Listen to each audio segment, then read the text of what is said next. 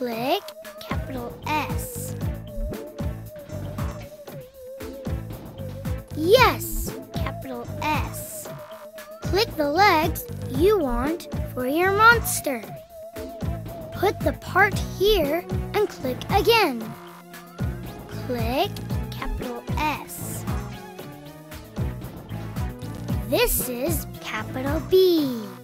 Click capital S. Yes, capital S. Click the body you want for your monster.